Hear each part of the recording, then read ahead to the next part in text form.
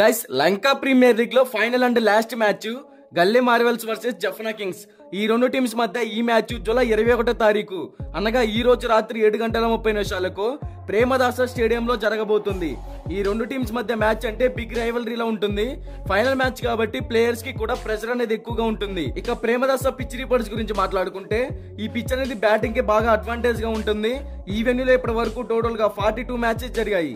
అందులో first batting చేసిన team 60% win అయ్యింది, సెకండ్ బ్యాటింగ్ చేసిన టీం 40% విన్ అయ్యింది. ఆల్మోస్ట్ ఈ పిచ్ లో ఫస్ట్ బ్యాటింగ్ చేసిన టీం కి హైయెస్ట్ స్కోర్ కి వెళ్ళడానికి అడ్వాంటేజ్ అయితే ఉంటుంది.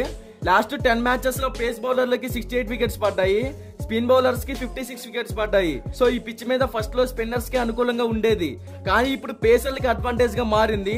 ఇక్కడ average first batting score 148 runs, average second batting score 132 runs. ఇక బోత్ టీమ్స్ కి సంబంధించిన హెడ్ టు హెడ్ గురించి మాట్లాడుకుంటే ఇప్పటి వరకు ఈ రెండు టీమ్స్ మధ్య టోటల్ గా 14 మ్యాచెస్ జరిగాయి. అందులో జఫ్నా కింగ్స్ 8 మ్యాచెస్ విన్ అయ్యింది, గల్లే మార్వెల్స్ 6 మ్యాచెస్ విన్ అయ్యింది. So head to head records లో జఫ్నా అయితే పై చేయి.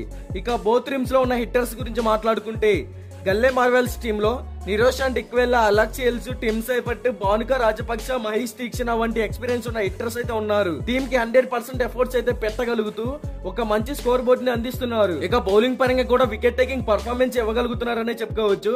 అలాగే జఫ్నా కింగ్స్ టీమ్ లో చూసుకుంటే పాతుమ్ నిశాంక, కుశాల్ మెండిస్, రైలీ రూసో, అభిషేక్ ఫెర్నాండో, చరిత్ అసలంక, అజ్మతుల్లా మిర్జాయి ఈ టీం అయితే బ్యాటింగ్ ఆర్ బౌలింగ్ పరంగా మంచి పర్ఫార్మెన్స్ అయితే ఇవ్వగలుగుతుంది. టాప్ ఆర్డర్ నుంచి ఒక పెద్ద స్కోర్ బోర్డ్ ని కూడా సెట్ చేయగలుగుతున్నారు. ఆల్రెడీ రెండు టీమ్స్ మధ్య క్వాలిఫైర్ 1 అయితే జరిగింది, అందులో గల్లే మార్వెల్స్ టీం విన్ అయ్యింది. మరి ఈ రెండు టీమ్స్ లో గల్లే మార్వెల్స్ టీం కన్నా జఫ్నా టీం కొంచెం స్ట్రాంగ్ గా కనపడుతుంది కాబట్టి కంబ్యాక్ ఇచ్చి LPL 2024 ఛాంపియన్స్ గా నిలవచ్చు అనేది నా ఒపీనియన్.